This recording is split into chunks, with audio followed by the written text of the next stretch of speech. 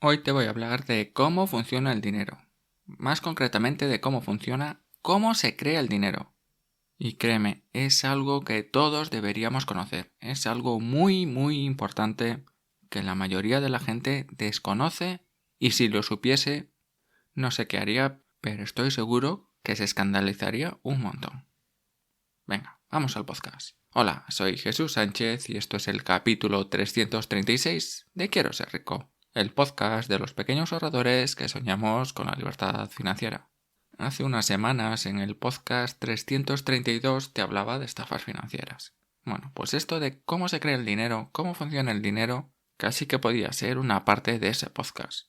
Porque en cierta medida el sistema monetario, el dinero como funciona a día de hoy, prácticamente es un sistema, se puede casi decir que es casi una estafa. Y si me escuchas desde hace tiempo, si escuchas este podcast desde hace tiempo, ya sabes que yo no soy de la gente alarmista ni que exagera todo, no.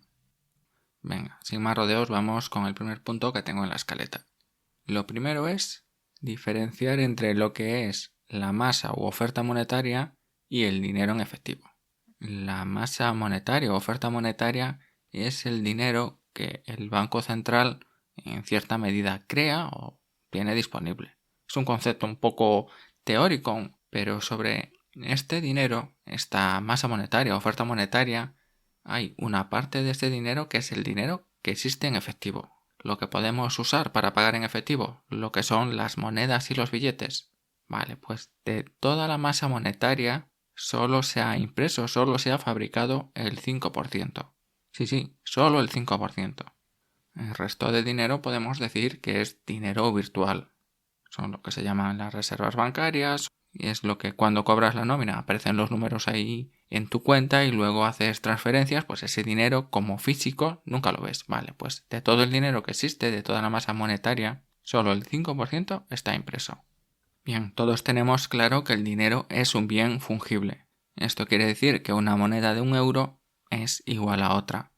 Sé que a algunas personas antiguamente o incluso a los niños pues esto les cuesta un poco. Por ejemplo, a mis hijos, y esto ya lo saben, pero aún así insisten en el tema cuando alguien le da un poco de dinero. Pues imagínate, sus abuelos le dan 5 euros a cada uno, un billete de 5 euros y me dicen, papá, guárdame el dinero. Pero antes de dármelo, cada uno revisa su billete y se fija en el número de serie y dice, el mío es el que termina en 8 y el otro, el mío el que termina en 5.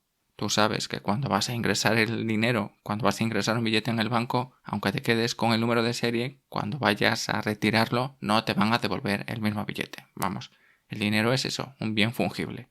Un billete de 50 es igual a otro billete de 50 o a dos de 20 y uno de 10. Y este es un tema importante de que solo el 5% del dinero está impreso porque luego pues, se pueden producir corralitos o algún tipo de crisis financiera por este motivo. Un corralito es el término que se utiliza cuando la gente va a retirar dinero en el banco y el banco no le deja. Ha pasado en algunos países y uno de los casos más recientes y en cierta medida más espectacular fue lo que pasó en Chipre. Sobre marzo de 2013, esto lo he mirado, pues hubo ahí un problema de precisamente de falta de liquidez, de dinero impreso. Y se pusieron en marcha medidas en las que la gente no podía retirar más de 300 euros al día de sus bancos y un montón de cosas. Y desde Europa, desde el Banco Central Europeo, tuvieron que mandar varios camiones llenos de dinero. Creo que era algo así como 5.000 millones de euros. ¿Por qué? Bueno, porque la gente quería retirar su dinero, tenerlo en casa y no se fiaba de las entidades financieras. Y como solo el 5% del dinero está impreso, pues si vas al banco a retirar todo tu dinero, no pasa nada. Seguramente lo puedas hacer, a lo mejor no en el día, pero al día siguiente o a los 2 días vas a poder hacerlo. Pero si vas tú, y tu vecino, y tu otro vecino, y tu primo, y tu hermano, y va al final toda la ciudad o todo el país a retirar dinero del banco, pues va a ser imposible. Bueno, pues esto es un poco lo primero que quiero que sepas. La cantidad de dinero impreso es muy pequeña. Pero hay más. Antes te hablaba de esa oferta monetaria o masa monetaria, pero ese no es todo el dinero que hay en circulación. Es que hay mucho más dinero en circulación. Los bancos comerciales, las entidades financieras, también crean dinero. No solo lo hace el gran Banco Central, la Reserva Federal o el banco de cada país. No, cada entidad financiera también puede hacerlo. Esto puede parecer un proceso descontrolado y bueno, no te voy a decir que algunos bancos en algunas ocasiones se hayan descontrolado un poco, pero esto también está regulado por los bancos centrales. Los bancos no pueden crear todo el dinero que quieran cuando quieran.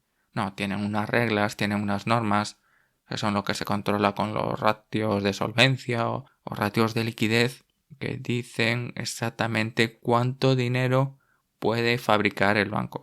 Y esto básicamente es así. Por cada dinero que un cliente ha depositado en el banco puede crear no sé cuánto dinero. Pues según las condiciones del mercado, según las reglas que ponga el Banco Central en ese momento, puede ser más o puede ser menos. Cuando tú vas a pedir un préstamo al banco o cuando tiras de tarjeta de crédito, es un dinero que no existe. Sin embargo, pues tú tiras de tarjeta de crédito y ese dinero va a parar al comerciante al que le has comprado.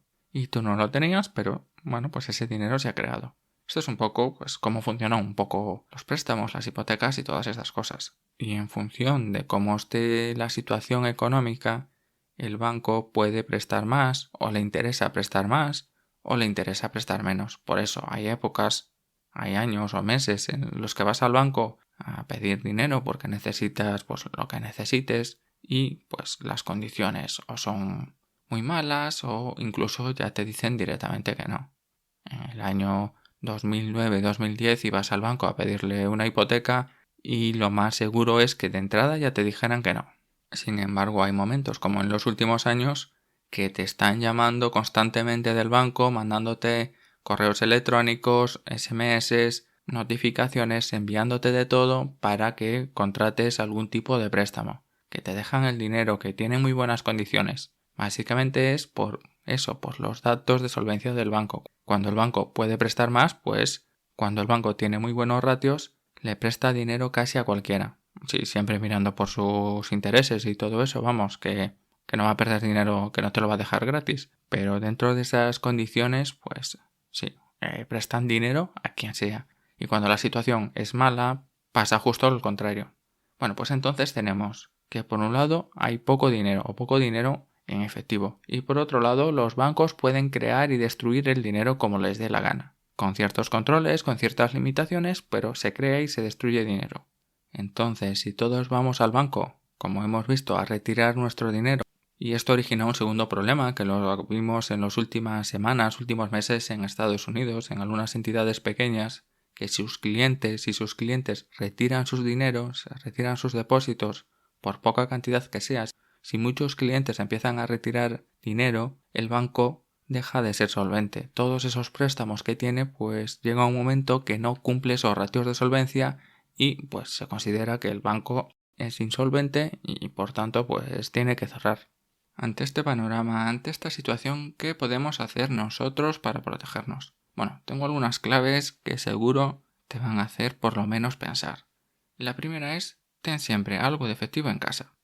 Por si pasa cualquier cosa, no sé, si de repente desaparece o se cae internet o no funciona el sistema eléctrico y no puedes sacar dinero de tu banco, ten un poco de dinero en casa para esas pequeñas transacciones del día a día, por lo menos para esos gastos de 1, 2, 3, 4 días. Y yo en este caso soy el primero que no cumple esto. La verdad es que no me gusta tener dinero en casa, pero sí reconozco que es una muy buena recomendación. De hecho, que si algún día entran a robar dinero en mi casa, cuando no hay nadie en casa, mejor que vayan primero a las habitaciones de mis hijos, que seguro que hay más dinero que en la mía. Bueno, esto es lo primero. Puedes tener un poco de dinero en efectivo en casa. Lo segundo es que puedes tener alternativas al dinero. Y te explico. ¿Para qué se utiliza el dinero? Pues para comprar. ¿Y qué cosas vas a necesitar comprar? Pues esas cosas ya las puedes tener en casa. Y aquí estamos hablando de productos de alimentación, productos de limpieza, productos de primera necesidad, productos en general no perecederos o con largos periodos de caducidad, los puedes almacenar en casa, puedes tener una buena despensa. Otra alternativa es todo lo que está relacionado con el oro por una parte y por el Bitcoin y las finanzas descentralizadas por otro lado. El oro es un metal muy valioso. Esto quiere decir que con pequeñas cantidades de oro puedes comprar cosas importantes o valen un montón. Una moneda de 1 onza, que es una moneda un poco más grande que una moneda de 2 euros. Una moneda de 1 onza, no sé cuánto está ahora, pero en torno a los 1.500, 1.600 euros, lo cual puede ser algo muy interesante tener unas pocas monedas en casa escondidas en cualquier sitio. Otra opción más moderna es tener Bitcoin. El Bitcoin o otras criptomonedas y monedas descentralizadas, la ventaja es que las puedes mover o que te las puedes llevar sin límites de fronteras ni sin límites de bancos centrales y todas estas cosas. Lo cual, pues, en cierta medida lo hace muy universal, muy versátil en estos casos. Otra opción, un poco más complicada, es tener cuentas en el extranjero. Cuanto más lejos de los políticos de turno, de los políticos que tienes más cerca, mucho mejor.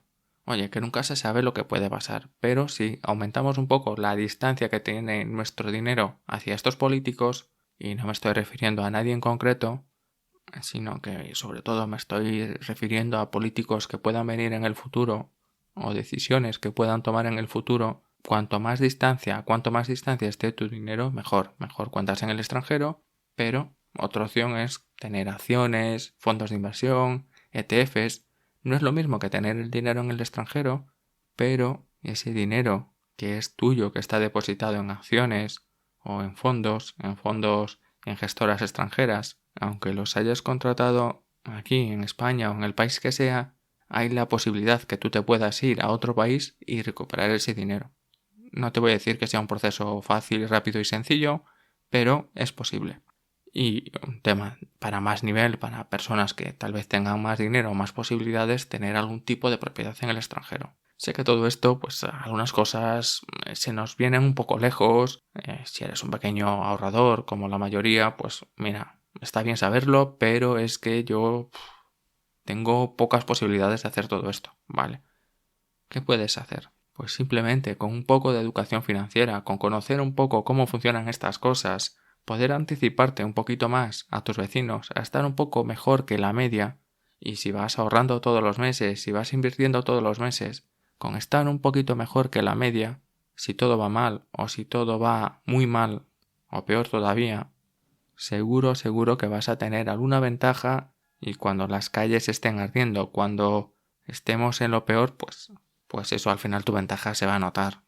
Y bien, con esto ya cierro un poco el podcast, un podcast un poco más pesimista, un poco más tocando temas que podemos casi categorizar como conspiranoicos y todo esto. Ya sabes que no soy muy de estos temas, pero bueno, creo que es importante saber cómo funciona el dinero, cómo se crea, cómo se destruye y por qué pasan ciertas cosas.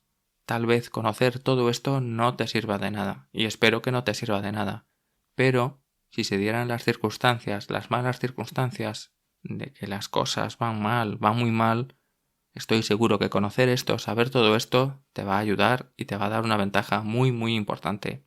Y con todo esto me despido ya por hoy, te deseo un maravilloso fin de semana y nos escuchamos la semana que viene.